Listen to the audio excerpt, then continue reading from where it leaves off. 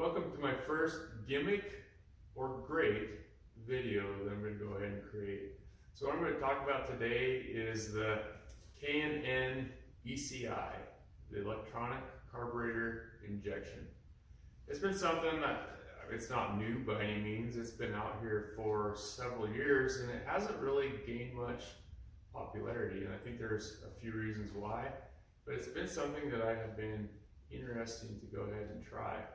So for those of you that don't know much about the ECI, it's basically, there's like a carburetor spacer plate.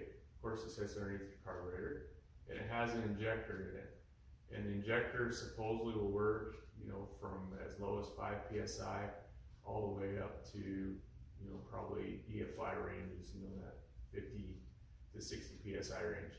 So here's what the idea of the electronic carburetor injection is. It's to add fuel where you need it. It's not fuel injection. It can only add fuel, and that's, I think, where a lot of people think that's a total waste of time. And if you have a carburetor that's adjusted correctly, why would you ever need something that only adds fuel and does not have the capability of taking it away? So I think it's a little bit of a mind shift to think about what's the best way to potentially use it. I'll tell you the reasons on why I want to go ahead and try it, and then we'll see if it actually can deliver as promised. So this is my 72 F100. I've had this for a long time. It has a 428 in it. It has a decent sized cam in it. It's 230 degrees on the intake, 236 on the exhaust, and it does have a decent lope to it, and it is kind of a cold-blooded pig. I did have a Phytech fuel injection unit on it, and I'm taking that off because I'm kind of robbing parts, and I'm going to put that on my supercharged 69 F100 project. So I decided to go back to the old double pumper, for this vehicle. It runs plumb great with a double pumper. It's cold-blooded. That was one of the best things about that Phytech unit. Once they got it set up, like in a cold start scenario, it would start and it would go ahead and would settle into an idle pretty much right away. And then you could leave it if you wanted to let it warm up for your 5 minutes, whatever, before you took off. You just kind of get out and go do whatever you want to do and come back and away you go. Then this double pumper, even with the choke on it set correctly, it takes a while. You have to kind of baby with it, give it some pump shot, to keep it going till it'll finally get, warm enough where it'll finally kind of run. Of course, that's set up, it's a manual choke right now. It has a fast idle cam on it. One thing I've noticed though with these vehicles, they have a decent sized cam, especially if the weather gets a little cold. And when I say cold, I'm up here in Montana, so I'd like to run this down even to the 30-some degree temps, which I know isn't cold in some areas, but much beyond that, I probably don't need to run my two-wheel drive F100 around. So I want it to be able to just have that nice warm idle to it. With these bigger cams, as I was trying to say, they're cold-blooded. It takes more throttle opening, more fuel to make them go. And that fast idle cam is just not set up for something that is pretty cold-blooded like that. So another thing too, when I had this thing originally set up with this double pumper, is I did have a wideband air fuel meter on it, and then I was actually running around with a vacuum gauge too. So that's pretty interesting. If you haven't ever done that, it's something I would go ahead and try, because it'll tell you a lot about how your engine runs. One of the things it also told me about was on the power valve size inside. There's all sorts of those rules of thumb on how you should size your power valve, including look at how much vacuum you have at idle, and it should be half that, and then there's some other things. So like this pickup here, when it's warm, at idle, it makes about 9.5 to 10 inches of vacuum. That's it. So if you use that rule of thumb, you're probably going to be like 5.5 or so on the power valve.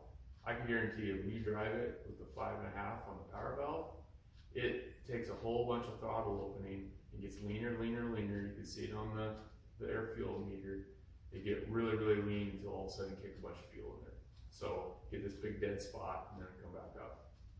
When I got to the point, I was looking at it a lot on the vacuum gauge and the air fuel meter. I could see when I got to that point, because running down the road, running down the street, at that point you're running about 13 to 14 inches of vacuum. So it's quite a bit better. You could watch, I had spots where I had some slight hills, and you could watch and it would get to the point where about 9 or so inches of vacuum is where it would start getting lean. And so I've actually been running in this carburetor, I've been running 9.5 power valve in it. And that's about the right spot, because when you do hit those areas where it needs some more throttle opening, that you don't get that delay, you don't get that little bog anymore. So once again, why am I going into this big detail telling you about power valve sizing on this vehicle and how that operates? I think that's an area where we're going to see some gains here. So the idea is that I can take this carburetor, I can find a spot where it's going to idle nice.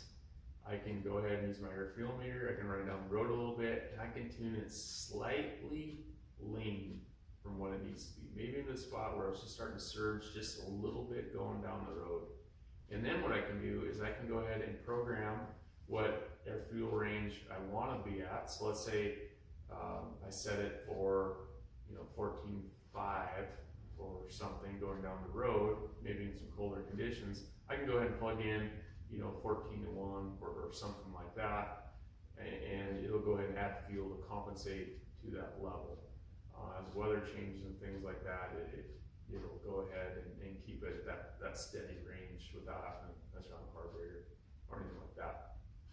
So it'll help compensate there. Cold starts, I think, should be really good.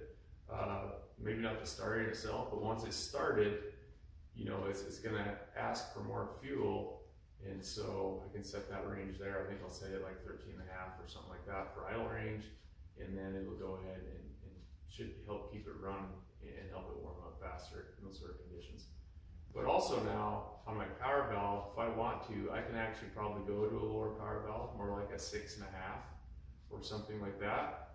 And now when it goes that spot where I'm climbing that little incline or whatever, and have a little more load, as it starts to lean out, in theory, in my head, this ECI should go ahead and add a little fuel to kind of soften it in, ramp it in slower than what a power valve does. The power valve, it just kind of, once it hits that level, it opens up those orifices, and then it flows whatever fuel those orifices can flow in those PVCRs.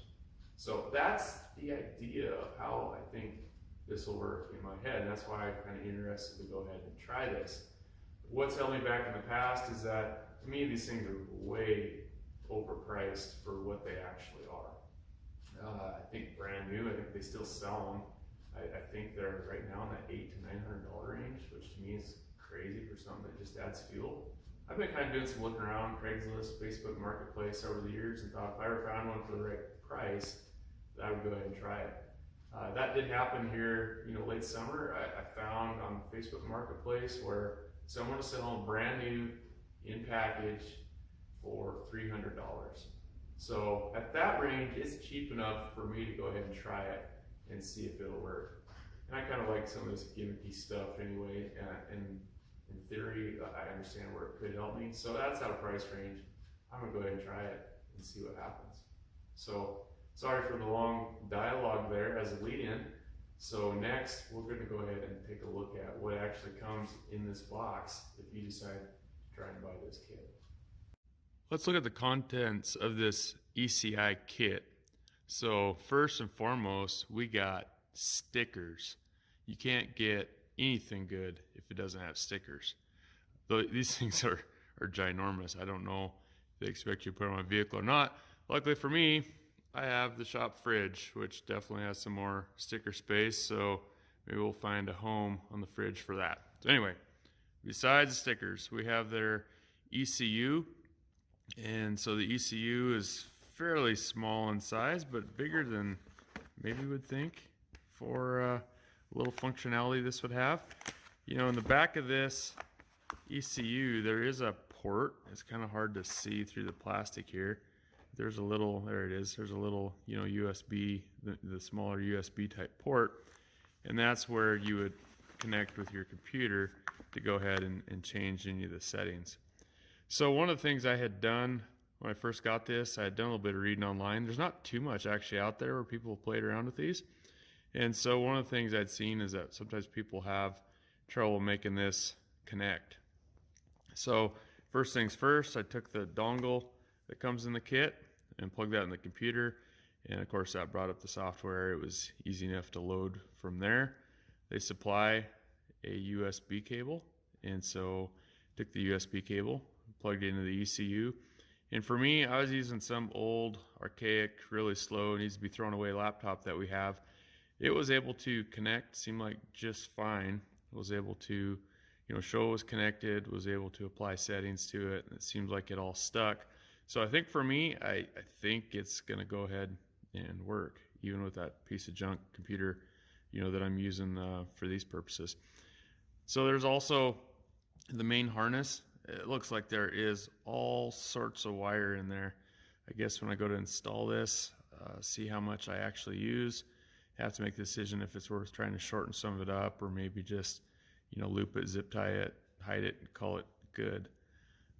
There's the instructions. The instructions seem like they're decent enough. They're the same instructions, of course, you could find online through, Summit Racing or K&N's site or anything like that.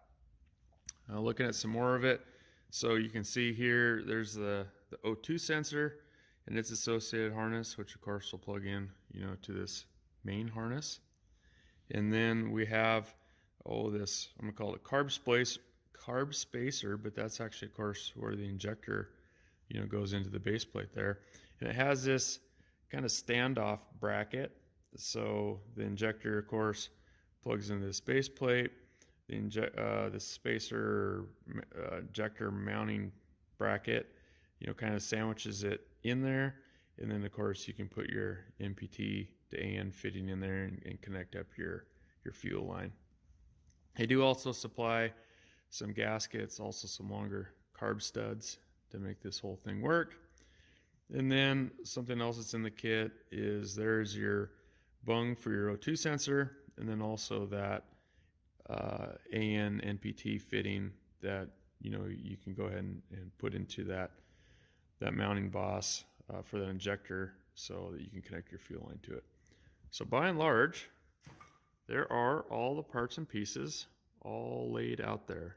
So all pretty self-explanatory, and I think should be easy enough to go ahead and install in the vehicle as soon as I find the right places to mount everything. So where is this all going to go? It's going to go right here. This is underneath the hood of my 72 F100 with the 428, and I'll kind of talk a little bit about what I have right now for a fuel system and then kind of explain how I think it's all going to happen. As far as installation of this, I'm going to cover that in a separate video, but this will be kind of a sneak peek. So right now I have let's see if we can find it. So I have a main regulator. This is a bypass regulator down there. This pickup has the dual tanks, and so it still has a manual selector switch. I do have a manual fuel pump still, you can kind of see down there. And so of course I can select either tank and utilize it that way. This pickup did have a Phytec throttle body on it for a while, and in the back tank I had went ahead and put EFI pump in there, and so I do have the capability of adding extra fuel. So with this bypass regulator, it'll pull fuel either from the mechanical pump, or if I switch out electric pump, it comes into this bypass regulator as well. And of course, being a bypass regulator, it has that return line and it returns to that back tank. Not the perfect setup, but it seemed like it worked, well enough. So then of course from this regulator, we have the single fuel line that kind of weaves its way up by the power steering bracket there. And then this is where it gets a little bit funky. So you can see that we have a T in there, and the main run actually goes to a fuel solenoid for a nitrous system. This has a 100 horse nitrous kit plumbed into it. And then from that T, it goes ahead and it comes over to the 750 double pumper. So fairly straightforward. So here's one of the things that I'm going to be looking at is that, of course, I need the T again off this somewhere to be able to supply fuel to that injector. Now, of course, it runs most of the time off that mechanical pump. This is a higher end Holley pump, so I can't remember. I think it's in that, it's supposed to be 6 to 9-ish PSI range. I like to regulate it around 6.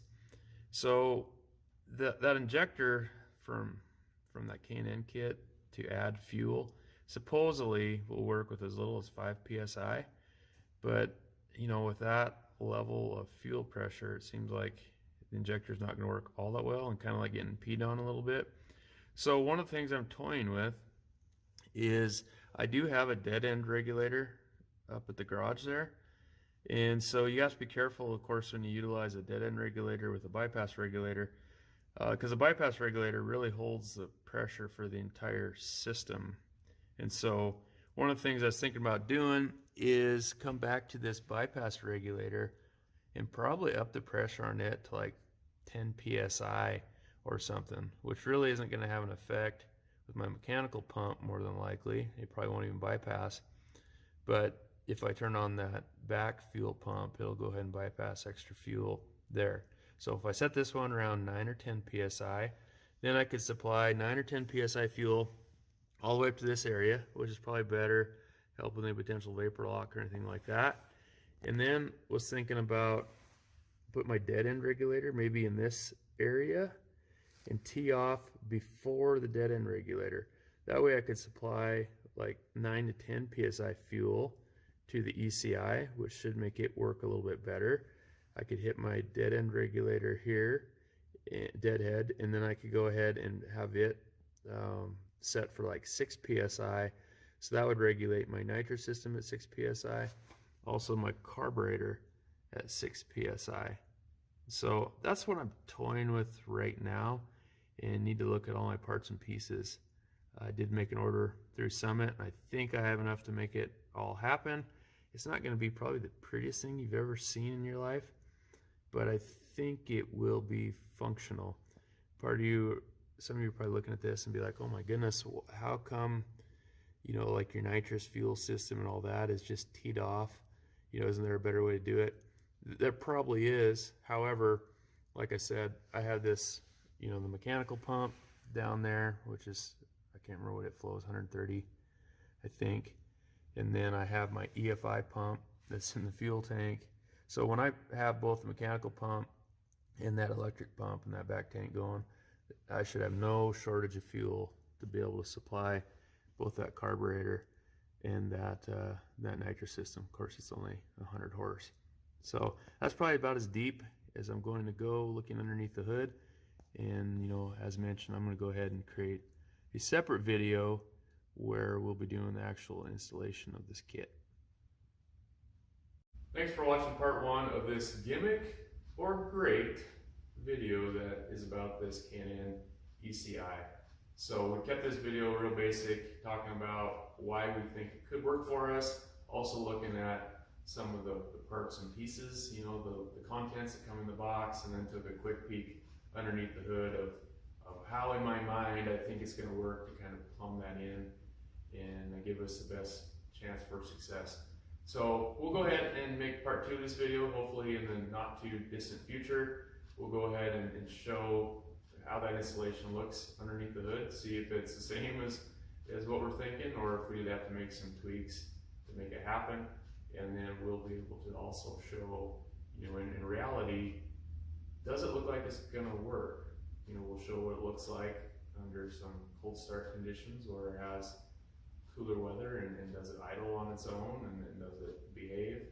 What do those throttle transitions look like? Is it actually adding fuel to kind of soften that blow of the power valve come in? All of those things is what we plan on looking at here in part 2 of the video. So appreciate your interest, appreciate your views, and we'll talk to you later.